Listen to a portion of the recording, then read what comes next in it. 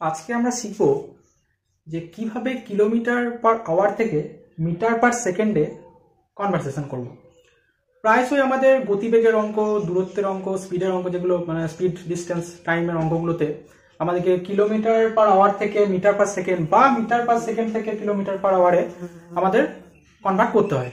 এটা সহজে কিভাবে কনভার্ট করব তার জন্য আজকে ভিডিও।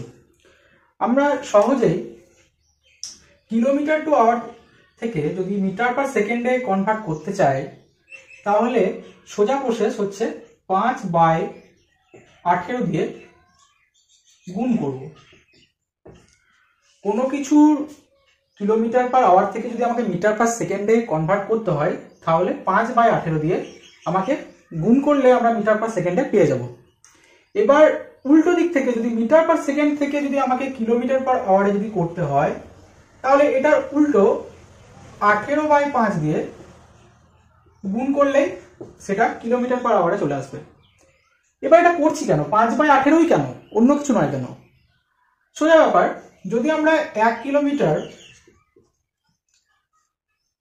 পার 1 ঘন্টা কে যদি আমি মিটার পার সেকেন্ডে করতে চাই, তাহলে 1 কিলোমিটার সমান কত মিটার?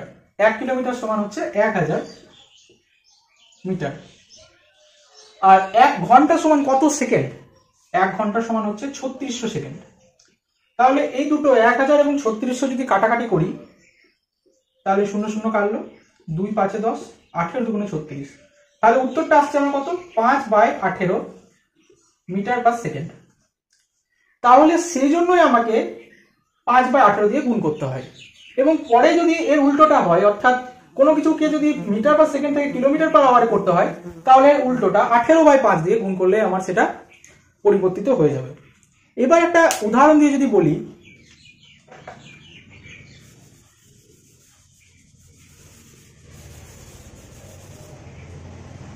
কোনো অঙ্কতে বলল যে 18 কিলোমিটার পার আওয়ারকে মিটার পার সেকেন্ডে কনভার্ট করলে কত হবে?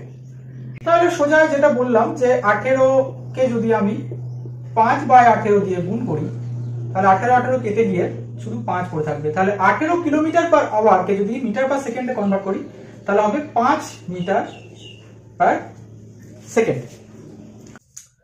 তাই ওরকম একটা অঙ্ক আমি লিখে নিয়েছি যে কোনো ব্যক্তি 720 মিটার পথ বাইকে যায় এবং তার গতিবেগ যদি 36 কিলোমিটার পার আওয়ার হয়, তাহলে সময় কত লাগবে? আমি এটা শর্টে লিখে নিয়েছি কোশ্চেনটা। এটা করবো কিভাবে? এটা করতে গেলে আমাকে জানতে হবে যে দূরত্ব অর্থাৎ ডিস্টেন্স সমান কি? স্পিড অর্থাৎ গতিবেগ ইনটু টাইম। অর্থাৎ কোনো ব্যক্তি কত দূরত্ব যাচ্ছে, তার স্পিড কত এবং কত সময় ধরে যাচ্ছে সেই গতিবেগে, সেটা গুণ করলে আমরা ডিস্টেন্সটা পাবো। তাহলে ডিস্টেন্স সমান স্পিড ইনটু টাইম। এটার এবারে আমি যদি মানগুলো বসাই, অর্থাৎ ডিস্টেন্স কত? 720। তাহলে 720, স্পিড কত? 36 কিলোমিটার পার আওয়ার। কিন্তু আমাকে এখানে খেয়াল করে দেখতে হবে যে 720টা মিটারে দেওয়া আছে, কিন্তু 36 এটা কিলোমিটার পার আওয়ার দেওয়া আছে। তাহলে সেটাকে আমাকে মিটারে প্রথমে কনভার্ট করতে হবে, মিটার পার সেকেন্ডে। তাহলে মিটার পার সেকেন্ডে করতে গেলে আমাকে কি বলেছি যে 5/18 দিয়ে গুণ করতে হবে।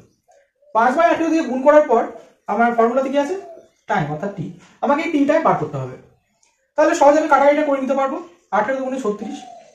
তাহলে টি সমান 720 ডিভাইড বাই 5। তাহলে কাটাকাটি হবে, এটা দিতে হবে 360, আর 5 দিয়ে হবে 5 7 35, 5 দিয়ে 10, 72 মিটার পার, তাই না? এটা ভুল হলো, 72 সেকেন্ড। 72 সেকেন্ড। তাহলে 36 কিলোমিটার পার আওয়ারে কোনো ব্যক্তি যদি বাইকে যায়, তার 720 মিটার পথ অতিক্রম করতে সময় লাগবে 72 সেকেন্ড। তাহলে এরকম অঙ্কগুলো করতে গেলে আমাকে অবশ্যই ইউনিটগুলো দেখতে হবে যে কিসে দেওয়া আছে এবং কনভার্ট করতে গেলে আমাকে কিসে কনভার্ট করতে হবে। তো এরকম ভিডিও পেতে আমার পাশে থেকো, আমি এরকম আরো ভিডিও বানাতে থাকবো। আজকে এইটুকুই, পরে ভিডিও নিয়ে আমার পরে আসবো। ধন্যবাদ।